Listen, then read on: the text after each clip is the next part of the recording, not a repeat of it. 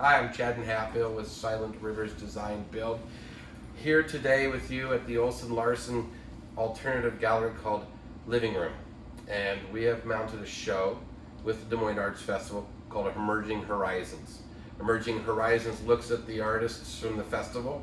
This year we took a little bit longer perspective or longer take on the artists and not just looked at individual art that might be in the show, but really looked at their history, looked at their development as artists. So there's 10 artists that have been juried into the show, or not even so much juried, selected to be in the show, to look at how they developed their career in many ways. It's a really great show.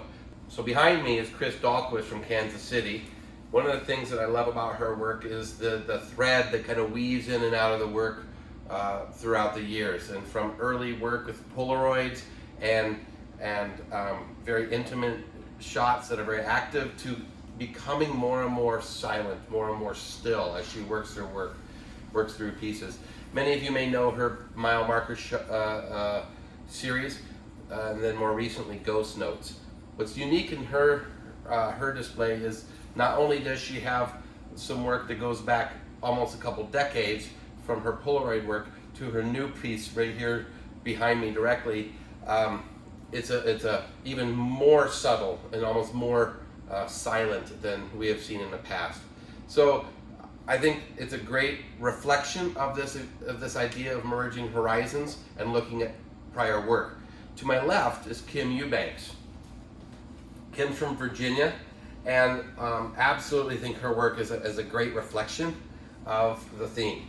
Not only the change and pivots that she takes as an artist, going all the way back to some earlier work, which is jewelry. So she started in the jewelry making and working with metal, doing rings, came to shows doing jewelry, moved into metalwork and figurative work. And interesting, as you look through her artwork, you go from quilts of metal, if you will, to use of metal in other ways on the canvas.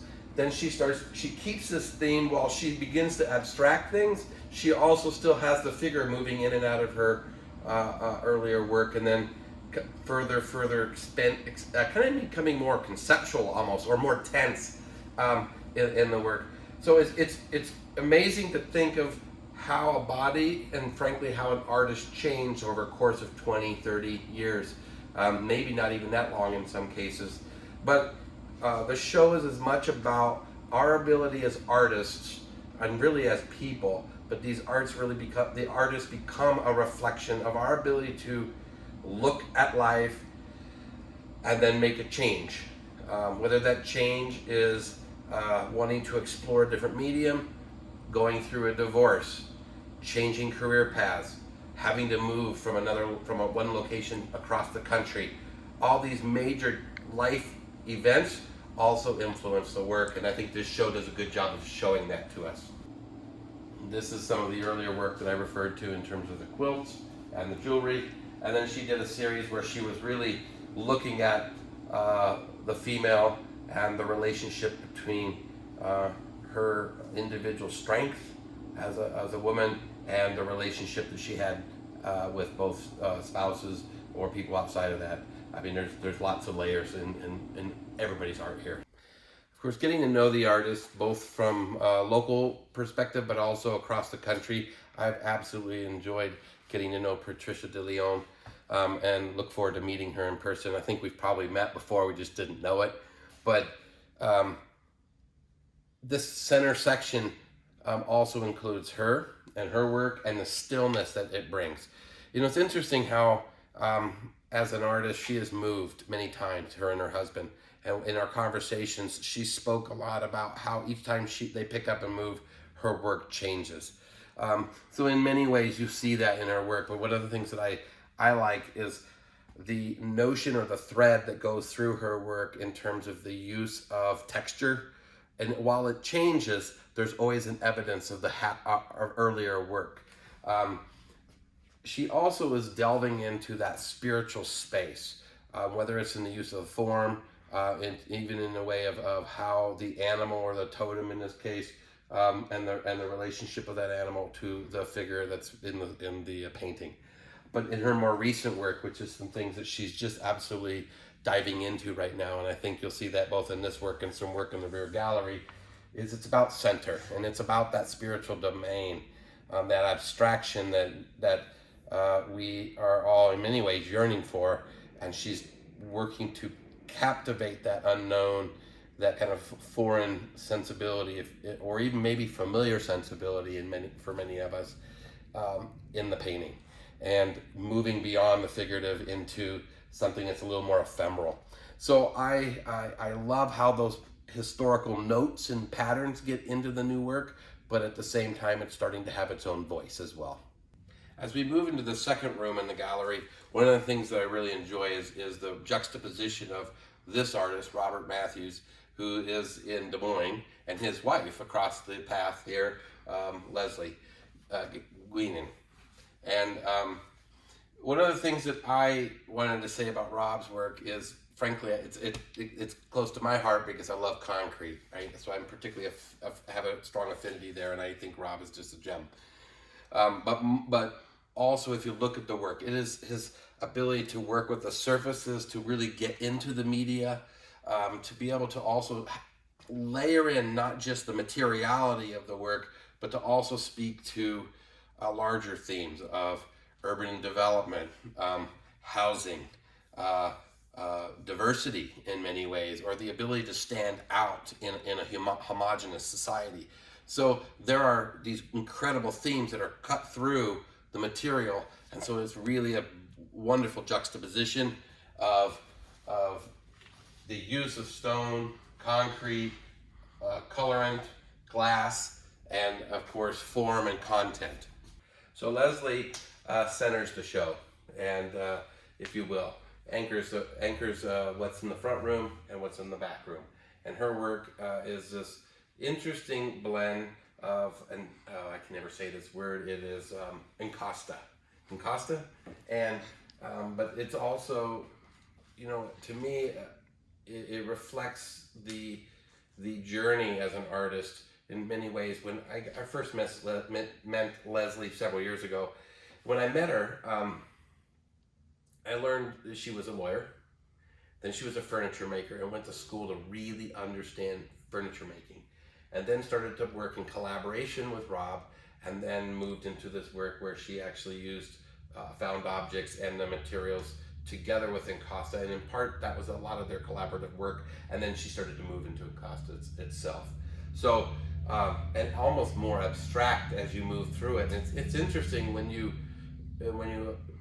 talk to some of the artists in many ways as they mature and as they really understand their work becomes simpler. They themselves actually find a sense of center.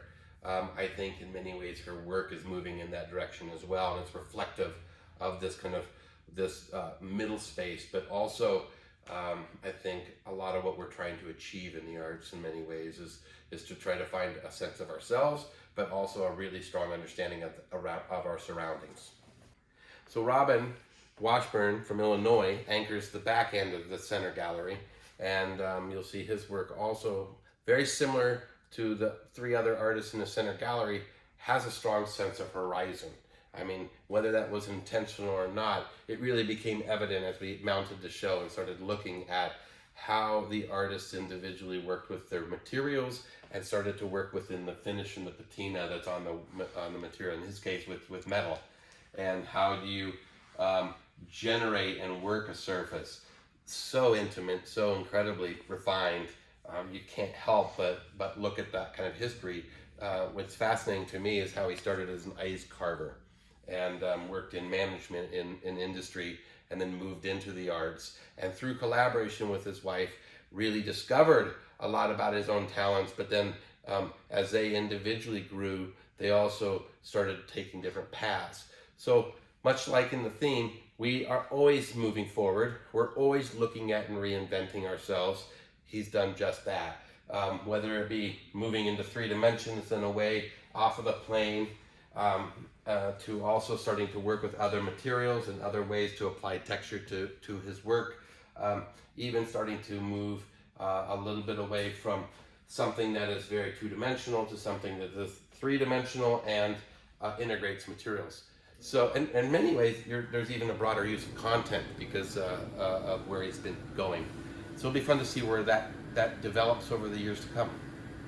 So before we get into the third gallery, we have a little secret room here. On the back side, it's a bank vault, and on this side, it's a brick arch, let's call it. It's actually a rather intimate space, and inside there is Brianna Martre. And Brianna, bless her heart, drove out from Philadelphia.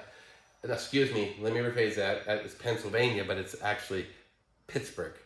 And but she picked up her van and didn't have enough driving under her belt this year, and said, let's go to Des Moines. And God bless her for doing so, because we had a lot of fun. She's changed her work several times over the years, from painting and music and writing to working with sculpture, bronze. And she had a whole career path where she was working on these whimsical pieces, but that lyrical nature continues to find itself in all of the work. She's a very happy individual that's very, I can't think of the word right off. It's the tip of my tongue. It's not boisterous, but it's buoyant. There's this kind of movement like this, and her work reflects that. It's really fascinating to talk to her and get to understand her emotions and how those emotions find their way into the work and the way she perceives life. So you see the sculpture back here, and then across from that is some new work. It's this little intimate piece made on blueprint paper, and then these drawings. But it's hard to believe that something that's so dense and lyrical in terms of cast bronze, she made a change and said, I can't move these anymore. I'm going to work on something that's a little bit more manageable, and moved into drawings and pigmented drawings, and has done an amazing job of capturing that and really reinventing herself. Love that work. So Bryan Griffith comes from Flagstaff, Arizona, and has been in the show a few times, but one of the work really stood out to me. In fact, when I discovered his work, I was enchanted with his use of woods and burning on fire, how fire works its way through his artwork. But to take a larger perspective at him, back, I'm trying to figure out where I am, but right here is an earlier body of work where he was exploring the relationship of a figure, a female figure, with the architecture. A very lonely, very kind of isolated image. Interesting in the context of COVID. It's a photograph with an encaustic surface, so it kind of distorts it, dilutes the imagery. And as he moved through, some of these works move in different directions, but there seems to be this kind of earthen reflectivity. There's a sense of the relationship, the groundedness to the earth, and an attempt to really find our center with that, whether it's the use of the use of wood and the kind of almost dualistic aspect of light and dark, but yet there's this center core. So this idea of the line, the kind of horizon line, or this kind of heartbeat line that you'll see in the work. There's also the kind of spiritual connection to the circle. And so as we go around the room, you'll see this in that piece, that kind of linear quality, even though it's very ephemeral, and his use of material surface, like in terms of his applied photographic traits or the surface treatment. The work is on this wall, which one's a really deep encaustic treatment. I have not quite figured it out, but it has this smoky feel that really the center is so alive and so vibrant. And then there's these, I want to say they're kind of like prints, but they're almost like treatments of charcoal, and again, there's a depth to them that is distinct and rather evocative. And I think when you're looking at burnt material, when you're using that, and we think about what we do to the environment and our ability to steward over that or not, I think he really starts to open up that larger discussion.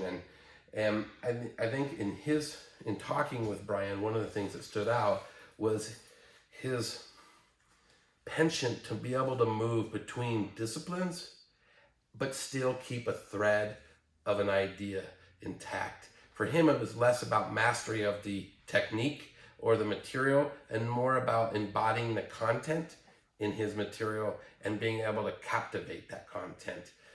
And he does it successfully because he moves between media and does so in a way that really seems very true to himself. And so I think that's a really interesting testament when we actually look at this idea of emerging horizons and being able to explore and look out where we're going and trying to understand ourselves in the process. Of course, it's fun to end our gallery tour with Jenifer Thoem from Georgia, in part because she's the inspiration, or at least got me thinking about this idea a year ago. We met last summer at the Des Moines Arts Festival and had worked together as part of last year's Curate exhibition. And different theme, different focus, but what inspired me was a conversation with her about her prior work, and she pivoted. She went through some very big life changes. She also has a small, she's small in stature, but she worked very large as an individual for many years and had large pieces. And I believe she may have hurt herself, or just maybe she didn't want to move large pieces from festival to festival to festival, which I can tell you, personal experience, is a lot of work. So in this conversation, I realized that she moved into this newer body of work, which is very intimate, and yet she can make it large because she can work with smaller objects to build a bigger space, to fill an installation, to be able to speak to movement and interaction, and there's so many things that she can do with these clay birds, or in last year's pieces were more manhole details in terms of that. But I wanted to capture some of her earlier work, not the very large pieces, but some three-dimensional work where she took found objects and embedded it with ceramics and really spoke more contextually about what was going on with the house form and some of the objects that might actually go into creating home. But her current work is really quite poetic, and it has so much interplay between light and clay and narrative. In this case, we had 50 pieces, and I kind of kept it captured in this kind of box or framework of the gallery, and then I let two birds out, But I think in many ways that's what this show is about. It's about freedom. It's about the artist trying to find and understand themselves and understand the world around us, and creating something and constantly creating something that we all resonate with. I think that's why festivals are so incredibly engaging, because it allows the accessibility for everybody of the art. But you can look at work, you can engage it, you can build a relationship with the artist. It's not in a museum, it's not in a book. It is right there live, and these artists live it day in, day out. And we're on the road, we're looking for ideas, and here we are. She's breaking outside of the box. And I think that's what it is. And right now, in the middle of COVID, we're all rethinking things. So keep that in mind, because sometimes you get inside that box and we have to figure out how to fly outside. So with that, thank you for joining us, and we'll see you next time.